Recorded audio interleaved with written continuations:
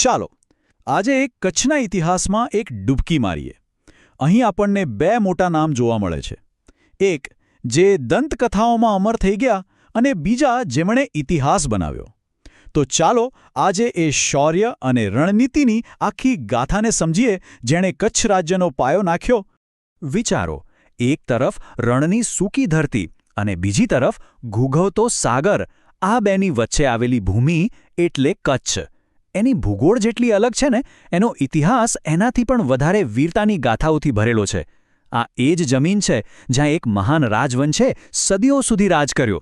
પણ સવાલ એ થાય કે સમયમાં આટલું અંતર હોવા છતાં આ બે વ્યક્તિઓએ મળીને એક એવું રાજ્ય કેવી રીતે બનાવ્યું જે 4 સદીઓ સુધી ટકી રહ્યું?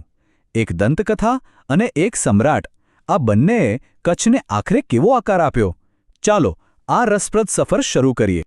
તો આ આખી કહાણીના કેન્દ્રમાં છે જાડેજા વંશ.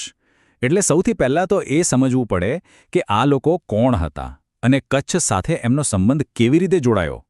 કારણ કે આખી કહાણીના મૂળ અહીં જ છુપાયેલા છે. ઘણીવાર નામમાં જ આખો ઇતિહાસ છુપાયેલો હોય છે. જાડેજાનો અર્થ થાય છે જાડાના વંશજો. મૂળ તો આ સિંધના सम्मा રાજપૂત હતા. પણ જ્યારે સિંધમાં બહારના આક્રમણો અને અંદરના ઝઘડા વધવા લાગ્યા ત્યારે એમણે સલામતી માટે કચ્છ તરફ પ્રયાણ કર્યું અને પછી તો કચ્છને જ પોતાની નવી કર્મભૂમિ બનાવી દીધી. અને જાડેજાઓની આ નવી ધરતી પર એક એવા હીરોનો જન્મ થયો જેનું નામ આજે પણ કચ્છના લોકોના દિલમાં ધબકે છે. એ હતા લાખો ફુલાણી, જેમને ખરા અર્થમાં કચ્છનો આત્મા કહી શકાય. હવે જુઓ, લાખા ફુલાણીની કહાણી કેટલી રસપ્રદ છે.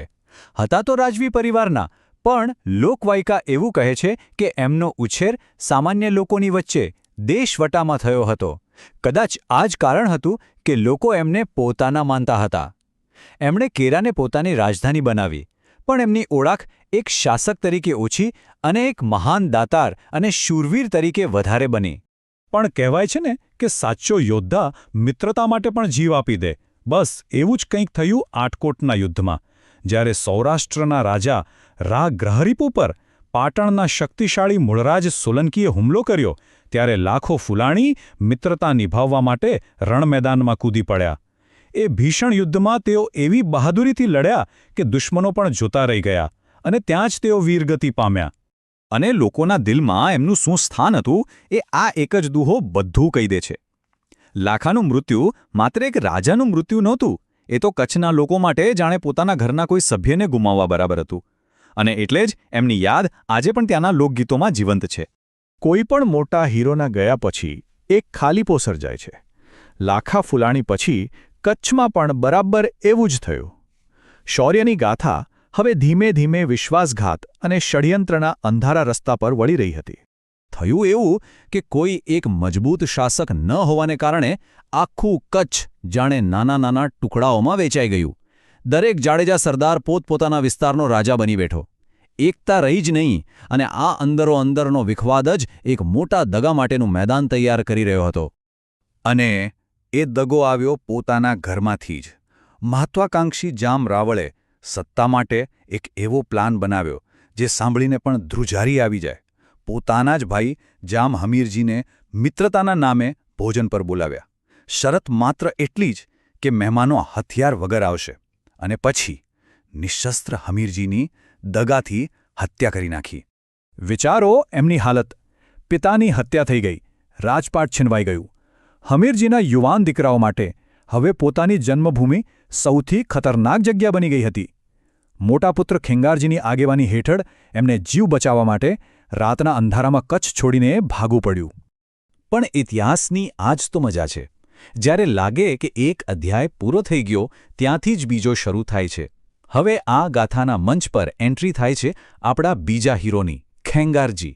એક એવો રાજકુમાર જેની પાસે હવે ગુમાવવા માટે કંઈ નહોતું, પણ પામવા માટે આખું રાજ્ય હતું. પણ કેવી રીતે? ખાલી હાથે? સત્તા નહીં, સેના નહીં કે કોઈ રાજપાટ નહીં.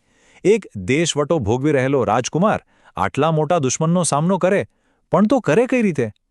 જવાબ હતો હિંમત અને નસીબના એક અણધાર્યા વળાંકમાં. તો જીવ બચાવીને ભાગેલા આ ભાઈઓ પહોંચ્યા અમદાવાદ. ગુજરાતના શક્તિશાળી સુલતાન મહમૂદ બેગડાના દરબારમાં એમણે શરણ લીધું. એ વખતે તો એમને ખબર નહોતી, પણ આ એક જ પગલું કચ્છનું આખું ભવિષ્ય બદલવાનું હતું. અને પછી એ દિવસ આવ્યો જેણે બધું જ બદલી નાખ્યું. શાહી શિકાર વખતે એક વિકરાળ સિંહે સીધો સુલતાન પર જ હુમલો કરી દીધો. બીજા બધાના તો હોશકોશ ઉડી ગયા, પણ એ જ સમયે વીજળીની ઝડપે ખેંગારજી આગળ આવ્યા અને તલવારના એક જ ઝટકે સિંહને ત્યાં જ ઢાળી દીધો. એમણે સુલતાનનો જીવ બચાવી લીધો. સુલતાન આ બહાદુરીથી એટલા બધા ખુશ થયા કે તેમણે ખેંગારજીને મોં માગ્યું ઇનામ આપવાની વાત કરી. ખેંગારજીએ ધન દોલત નહીં, પણ પોતાના પિતાના રાજનો વારસો પાછો મેળવવા માટે મદદ માગી. સુલતાને તરત જ એક સૈન્ય આપ્યું, મોરબીની જાગીર આપી અને સાથે રાવનું સન્માનજનક બિરુદ પણ આપ્યું. બસ હવે રાજકુમાર રાવ ખેંગારજી બની ચૂક્યા હતા. હવે રાવ ખેંગારજી પાસે બધું જ હતું: સૈન્ય, સન્માન અને એક મક્કમ ઇરાદો. તેઓ કચ્છ પાછા ફરવા માટે તૈયાર હતા. પણ આ લડાઈ ખાલી બદલાની નહોતી. આ તો એક વિખરાયેલા પ્રદેશને જોડીને એક મજબૂત રાજ્ય બનાવવાની શરૂઆત હતી. ચાલો એક નજર કરીએ કે ખેંગારજીના આવાથી કચ્છમાં કેવો જબરદસ્ત ફરક પડ્યો. સુલતાનની સેના સાથે એમણે કચ્છમાં પ્રવેશ કર્યો. પેલો દગાબાજ જામ રાવળ એમની સામે ટકી જ ન શક્યો અને સૌરાષ્ટ્ર બાજુ ભાગી ગયો, જ્યાં એમણે પાછળથી જામનગર વસાવ્યું. પણ અહીં કચ્છમાં ખેંગારજીએ વિખરાયેલા ટુકડાઓને જોડીને એક અખંડ રાજ્યનો પાયો નાખ્યો. પણ જુઓ, ખેંગારજીનું સૌથી મોટું યોગદાન એ હતું કે તેઓ ખાલી વિજેતા નહોતા, પણ એક કુશળ શાસક હતા. એમણે પહેલીવાર આખા કચ્છને એક શાસન નીચે આણ્યો. ભુજને નવી રાજધાની બનાવી, પિતાની યાદમાં હમીરસર તળાવ બંધાવ્યું અને સૌથી અગત્યની વાત, ભાયાતી પ્રથા શરૂ કરી, જેથી જાડેજા ભાઈઓ અંદરોઅંદર લડીને રાજ્યને કમજોર ન કરે. તો આ રીતે આપણે કચ્છના બે સ્થાપકોને સમજી શકીએ. લાખો ફુલાણી એ કચ્છની ઓળખનો, એના શૌર્યનો આત્મા હતા, એક અમર દંતકથા. અને રાવ ખેંગારજીએ એ આત્માને એક મજબૂત, સ્થિર અને લાંબુ ચાલે એવું શરીર આપ્યું, એટલે કે એકીકૃત કચ્છ રાજ્ય. અને આ વારસો કેટલો મજબૂત સાબિત થયો એ આ સમયરેખા જુઓ. ઈસવીસન 1548માં રાવ ખેંગારજીએ જે રાજ્યની સ્થાપના કરી એ અનેક ઉતાર ચઢાવ પછી પણ છેક 1948 સુધી, એટલે કે પૂરા 400 વર્ષ સુધી ટકી રહ્યું, જ્યાં સુધી તેનું ભારતમાં વિલીનીકરણ ન થયું. અને અંતે આ એક સવાલ આપણી સામે રહી જ જાય છે: શું વધારે સમય સુધી ટકે છે? કોઈ હીરોની અમર કથા કે પછી કોઈ રાજનેતાએ બનાવેલી વ્યવસ્થા? કદાચ સાચો જવાબ એ છે કે એક વગર બીજું અધૂરું છે. કચ્છનો ઇતિહાસ આ બંનેના સંગમની જ તો એક શાનદાર ગાથા છે.